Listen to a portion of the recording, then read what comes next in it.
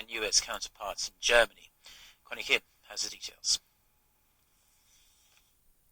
South Korean Foreign Minister Yoon Byung-se and his Russian counterpart Sergei Lavrov have reaffirmed that North Korea's nuclear and ballistic missile provocations are unacceptable. Holding a bilateral meeting on the sidelines of the Munich Security Conference on Friday, the two ministers agreed on the need for a corresponding measure on Pyongyang's violation of international law.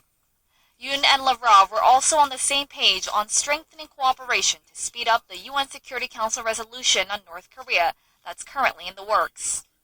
Meeting with his U.S. counterpart John Kerry separately, Minister Yoon emphasized the need for a terminating resolution that would leave North Korea with no choice but to abandon its nuclear weapons program.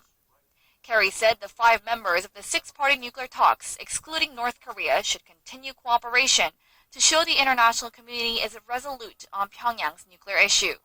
Kerry also expressed support for Seoul's shutdown of the inter-Korean Kaesong industrial complex, calling it an important decision to pressure the North. The U.S. diplomat also made his stance clear to China's Foreign Minister Wang Yi, who was also at the conference. Kerry reiterated that China should exert influence on its longtime ally. Beijing's position of emphasizing dialogue rather than sanctions has been delaying the adoption of the UN resolution. China, on its side, has expressed opposition to the deployment of a THAAD battery on South Korean soil, saying it'll only deter regional peace. With Washington and Beijing unable to narrow their differences on the level of sanctions on North Korea, the resolution adoption is now expected to take longer than in the past when Pyongyang carried out provocations. Connie Kim, Arirang News.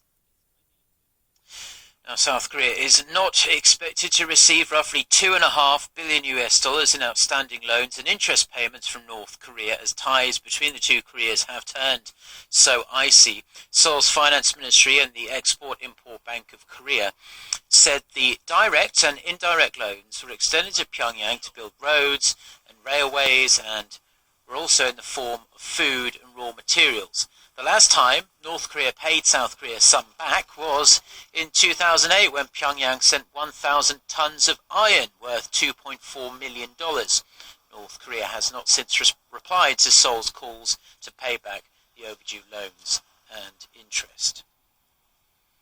South Korea's ruling and opposition parties have been trading barbs over the government's decision to suspend operations at the jointly run Kaesong industrial complex in North Korea.